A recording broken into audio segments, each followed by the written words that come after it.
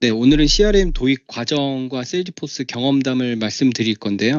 일단 제 짧은 소개를 하자면 현재 스타트업 회사에 다니고 있고 CEO로 입사를 해서 이제 회사 내에서 전직을 해서 세일즈 디렉터로 활동을 하고 있습니다. 이전에는 아탈라시안 컨설턴트를 했었고 그 전에는 다 개발자를 했었습니다. 그래서 개발자가 어떻게 하다가 세일즈 디렉터까지 오게 됐습니다. 그래서 CRM을 어떻게 고민을 했고 어떤 과정을 통해서 도입했는지 좀 경험을 나누도록 하겠습니다. 그래서 도입 과정은 크게 4단계인데요. 일단 CRM에 대해서 고민을 했어요. 이 CRM을 과연 도입하는 게 맞을까? 우리 규모에서 그때는 회사 인원이 한 7명밖에 안 됐었고요. 그렇게 고민하면서 이제 조사를 시작하게 됐고, 그리고 조사 후에 이제 도입하는 그 단계가 있었습니다. 그래서 거기서 세일즈포스를 왜 선택했는지, 그리고 이제 5년을 좀 넘게 사용했는데 좀 사용 후기에 대해서도 좀 나누도록 하겠습니다. 일단 CRM을 고민을 하면서 이러한 스토리를 좀 많이 이야기를 했었어요. 사장님이 이제 직원에게 우리가 새로운 케이크를 사입해서 들어오는데 케이크의 판매 금액 10%를 보너스로 주겠다라고 하면 이제 직원은 어떻게 할까요? 그래서 이런 이야기를 좀 저희 내부에서 많이 나눴었는데 아마 첫 번째로는 단골한테 팔 겁니다. 그래서 이제 자주 오시는 분들에게 이제 단골로 자주 오시는 분에게 이제 케이크가 새로 들어왔는데 한번 드셔보시겠어요? 하면서 아마 판매를 할 것 같고요. 두 번째로는 아메리카노를 시키시는 분한테 한번 판매를 시도해 볼 것 같아요. 왜냐면 이제 달달한 게 또 조합이 잘 맞잖아요. 그리고 다음으로는 2인 손님에게 한번 또 판매를 시작할 것 같아요. 그리고 그 다음에는 이제 좀 연령을 고려해서 좀 젊은 층과 좀 노년층에게 많이 달달하거나 아니면 달지 않은 고구마 케이크 이런 것들을 할 텐데 이게 보통은 이제 직원의 기억과 노하우 그리고 그 직원의 역량에 좀 의존도가 있습니다. 근데 이거를 시스템화하자 해서 CRM을 도입하게 됐습니다. 결국은 저희도 이제 회사이기 때문에 사람에게 의존하지 않고 어떻게 하면 누구나 우리 회사에 들어와서 잘 판매를 할 수 있을까? 해서 고민해서 이제 CRM을 도입을 하게 됐고요. 그리고 이제 B2B 퍼널의 좀 특징을 조사를 했습니다. 저도 이제 B2B 세일즈를 처음 하다 보니까 B2B에는 총 4단계 단계가 있더라고요. 그래서 리드 단계와 MQL, SQL, 원딜 이제 단계가 있었고 저희 회사 같은 경우는 마케팅 팀이 그 당시에는 없었습니다. 근데 추후에 세일즈 포스를 도입을 하면서 마케터를 이제 채용을 하고 그 마케터 분들이 리드를 발굴한다거나 그 저희에게 세일즈 팀에게 넘기기 전까지를 MQL로 정의를 해서 단계를 했었고요. 그래서 한번 마케팅 팀에서 데이터를 정제해줘서 세일즈 팀한테 넘겼을 때 SQL로 전환을 해서 진행을 했었습니다. 그리고 다음 퍼널의 그 B2B 퍼널의 특징이 있는데요.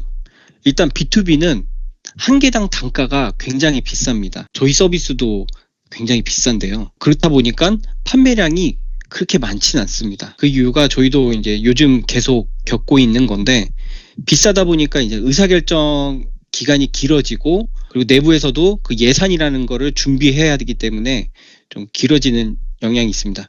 그래서 좋은 예로 첫 번째 사진이 이 증권 하시는 분이 트레이너가 이 터미널 이게 블룸버그사의 그 콘솔인데요. 이 콘솔이 전 세계를 거의 다 유통을 하고 있습니다. 거의 다 이 블룸버그사 거를 쓰고 있고 보통 가격이 한 대당 한 4,000에서 6,000 사이입니다. 소프트웨어랑 뭐 부가 기능 쓰는 것까지. 그래서 별명이 뭐 김대리나 김과장 그 정도 연봉이 돼서 그렇게 되는데요. 시장이 정해져 있고 그리고 B2B 시장이 이게 비싸기 때문에 이들은 이제 깎아주질 않습니다. 그래서 이렇게 비싸게 팔게 되고요. B2B는. 그 두 번째 사진이 로키드 마틴의 이제 F21 사진인데 이것도 굉장히 비쌉니다. 뭐 아시겠지만. 그래서 이거를 국가적으로 도입을 할 때 기간이 깁니다. 뭐 여러 가지 뭐 POC도 하고 BMT도 하고 이 전투기가 우리한테 맞는지. 대신에 이제 B2C는 싼 대신 판매량이 많습니다. 커피라든가 물, 칫솔, 치약 이런 것들이 있고요. 그래서 B2B는 한 번 팔 때 제대로 팔아야 되기 때문에 CRM이 필요하구나. 그런 생각을 이제 하고 CRM을 그래 우리도 한번 도입을 해보자.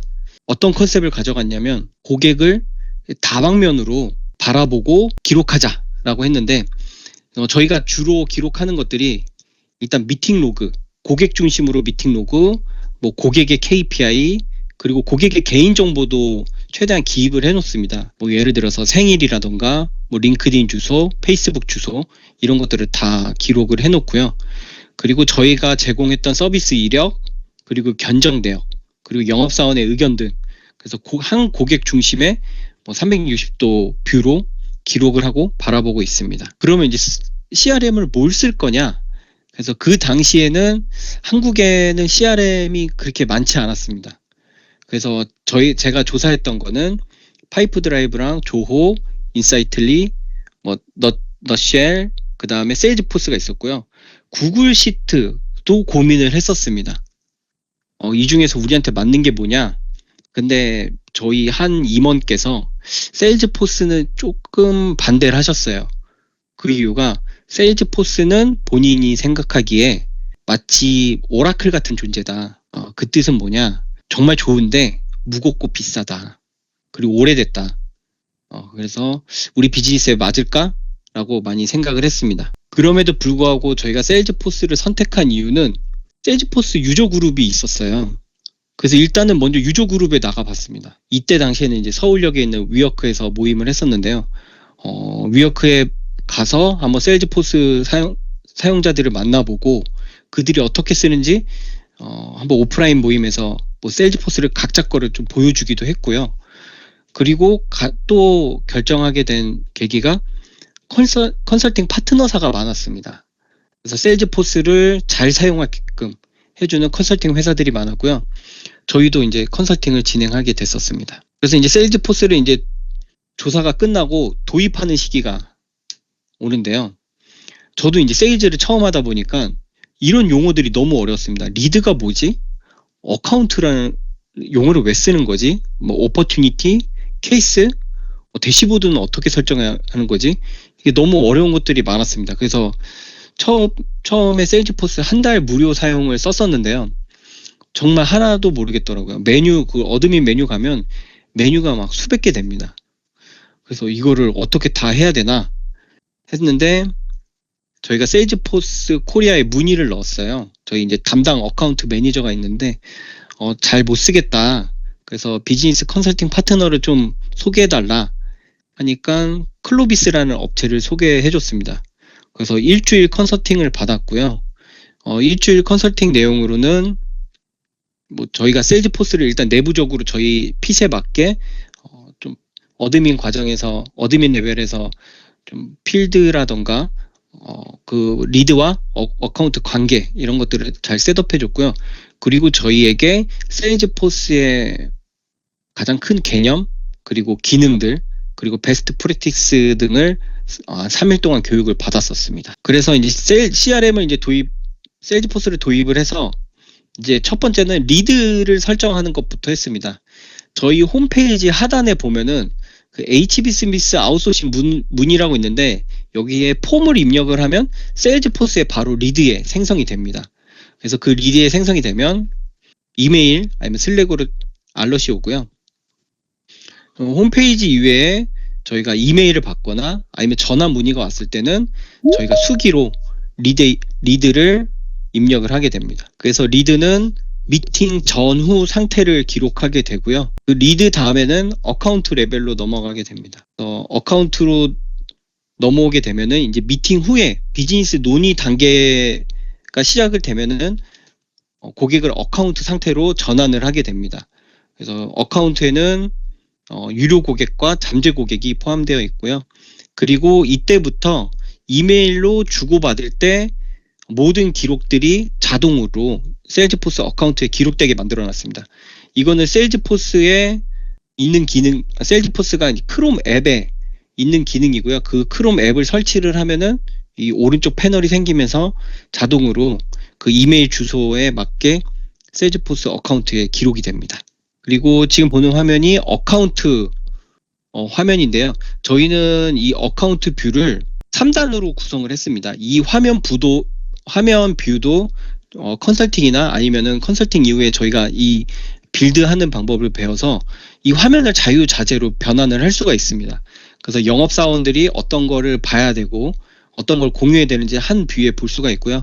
첫 번째 1단에서는 이 어카운트의 정보를 표시를 하고 여기에는 그 컨택이랑 오퍼튜니티들이 묶여 있습니다. 그래서 한 어카운트에서 오퍼튜니티가 몇 개가 나갔었는지, 그리고 저희 서비스가 월 구독 형태이다 보니까 월별로 오퍼튜니티가 자동으로 생성되고 바로 그 결제가 처리가 됩니다. 그래서 이 고객이 몇 개월 동안 얼마를 냈는지도 여기 화면에서 볼 수가 있고요.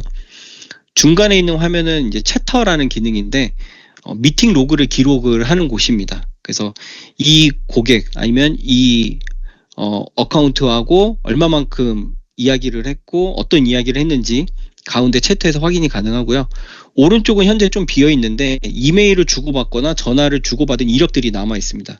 그래서 이 어카운트를 제가 꼭 아니어도 다른 영업사원이 보더라도 바로 이어서 진행할 수 있게 그렇게 진행이 되고요. 다음으로는 오퍼튜니티입니다. 오퍼튜니티는 저희가 견적이 생성될 때, 견적 이야기가 될 때 오퍼튜니티를 생성하게 되고요. 오퍼튜니티에서는 제가 좀 정보를 좀 많이 가려놨는데 뭐 어떤 어카운트가 연결이 됐고 뭐 금액 그리고 성공 확률 등을 기록을 해놓습니다. 그래서 성공 확률이 낮은 것들은 확률을 높일 수 있는지 그런 것들을 영업회의에서 이야기를 하고요. 성공 확률이 뭐 100%된 것들은 이제 어떻게 하면 빨리 딜을 클로즈 할 건지 딜 클로즈에 어떤 것들이 허들이 있는지를 이야기를 나눕니다. 여기도 동일하게 중간에 채터를 넣어놨어요. 그래서 이 오퍼튜니티 중심으로 미팅 로그라던가 우리 내부에서 의사결정해야 될 것들을 기록을 남깁니다. 그리고 오른쪽에는 이메일하고 채터의 기록들이 있는데요. 이메일도 오퍼튜니티 중심으로 기록을 할 수가 있습니다. 그래서 견적 관련해서 이메일로 주고받을 때 아니면 전화통화 이런 것들을 다 기록해 놓습니다. 그래서 저희 CRM은 구조가 이렇게 되어 있습니다. 그 리드로 시작을 하게 되고요. 이메일 주고받은 거는 리드나 어카운트에 모두 기록되게 만들어 놨습니다. 그래서 이메일은 자동으로 기록되게 만들어 놨고 리드에서 어느 정도 이제 저희와 비즈니스 논의를 하기 시작을 하면은 어카운트를 생성을 하게 됩니다. 그래서 이 어카운트는 회사 이름이고요. 그 회사 밑에 이제 컨택들이 붙고 그 어카운트에는 여러 개의 오퍼튜니티를 또 갖고 있습니다. 뭐 반복 결제라던가 아니면은 견적이 마음에 안 들어서 1쿼터에서는 딜이 안 됐는데 연말에 딜이 되거나 그렇게 해서 오퍼튜니티가 여러 개 나갈 수가 있고요. 그리고 어카운트에는 이제 여러 명의 아니면 여러 번의 채터를 남겨서 회의 내용을 기록하게 됩니다. 그리고 저희가 대시보드를 참 여러 번 바꿨는데요. 현재 대시보드는 이렇게 관리하고 있습니다. 이거는 이게 저희만의 방식 같은데요. 그 영업 신선도라고 해서 마치 뭐 채소나 뭐 고기 같은 그런 신선도인데 저희가 선택과 집중하자라는 그런 의사결정을 내린 후에 저희가 관리할 수 있는 고객사 리스트를 가지고 그 고객사에게 얼마만큼 자주 연락했고 그리고 15일 이상 뭐 10일 이상 되면은 저 신선도가 조금씩 떨어지게 됩니다. 그래서 제가 갖고 있는 오퍼튜니티들이 얼마만큼 잘 관리가 되고 있는지 그리고 그 관리를 얼마 자주 하고 있는지 그 리드도 저희한테 문의를 주셨는데 이게 빨리 응답을 해야 되잖아요. 근데 그 응답을 천천히 하면 할수록 저 신선도가 내려가게 됩니다. 그래서 어카운트, 오퍼튜니티, 리드 신선도를 보고 있고요. 그리고 밑에는 뭐 레비뉴, 저희 월 수익 오퍼튜니티들이 나와 있고요. 그리고 저희가 또 스타트업이기 때문에 월간 지표 메일을 보내고 그 메일을 얼마만큼 열어보는지 트래킹을 할 수가 있습니다. 그래서 셀즈포스는 기본적으로 셀즈포스 통해서 이메일을 보낼 때 그 이메일을 열어봤는지 그리고 몇 번 열어봤는지 트래킹이 가능합니다. 그래서 그런 강력한 기능들이 있고요. 그리고 셀즈포스 5년 사용 후기를 좀 말씀드리면 셀즈포스는 기능이 저희가 이제 셀즈 클라우드를 쓰는데요. 셀즈포스 내에서도 이제 제품이 아주 많습니다. 뭐 마케팅 클라우드도 있고 뭐 여러 가지 많은데 기능이 정말 많습니다. 뭐 쓰고자 한다면은 거의 뭐 무한대로 쓸 수도 있고요. 그래서 조직 규모에 맞게 적당한 욕심이 필요합니다. 처음부터 욕심을 내면은 이게 나중에 바꾸기가 힘들고요. 우리 조직이 뭐 바뀌었을 때 많이 이제 내 핏에 안 맞을 수가 있습니다. 그래서 적당한 욕심을 낸다면 스타트업도 가볍게 쓰기 좋습니다. 저도 이제 가볍게 쓰고 있는데요. 정말 가볍게 쓰기 좋고, 그리고 이제 우리가 흔히 많이 하는 실수긴 한데 처음부터 너무 이렇게 완벽하게 만들어 놓으면 나중에 세일즈 프로세스가 좀 변경되고 조직이 커지고 성숙해지면 커스텀을 또 해야 됩니다. 세일즈포스를 커스텀을 많이 하는데요. 근데 커스텀 비용이 세일즈포스가 많이 비쌉니다. 거의 뭐 하루에 뭐 몇백만 원씩 나오고 뭐 한 달 뭐 여러 달 하면은 억대가 나오기 때문에 항상 세일즈 프로세스가 성숙해질 때 충분히 성숙해질 때 나중에 커스텀을 해야 되고요. 그리고 항상 프로덕트 팀도 항상 같이 봐야 됩니다. 저는 이게 CRM 기능의 가장 핵심 기능 중에 하나라고 생각을 하는데 VOC를 생각보다 이제 잘 전달이 안 됩니다. 평소에는. 뭐 영업사원들이나 어떤 최전방에 있는 분들은 고객을 만나면서 VOC를 수집을 하는데 프로덕트 팀은 VOC 수집하는 기회가 많이 없으니 채터라던가 아니면은 뭐 이메일 주고받은데요. 이런 것들을 좀 같이 봐야 이 세일즈포스를 쓰는데 돈이 안 아까운 것 같습니다. 마지막으로 정말 제가 이제 CRM 쓰는 조직을 많이 봤는데 정말 정답은 없는 것 같습니다. 뭐 이렇게도 쓰고 저렇게도 쓰고 정말 특이하게 쓰기도 하시고 뭐 정말 거대하게 쓰시는 분들도 봤는데요.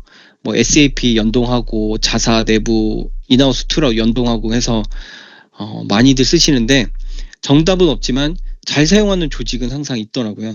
그 잘 사용하는 조직의 특성은 이 CRM을 통해서 수익을 더 극대화시키는 팀들을 봤습니다. 그래서 반복 구매, 그리고 고객 만족, 그리고 이제 여기 세일즈맨들이 좀 계시면은 최대한 비싸게 파는 거죠. 고객에게.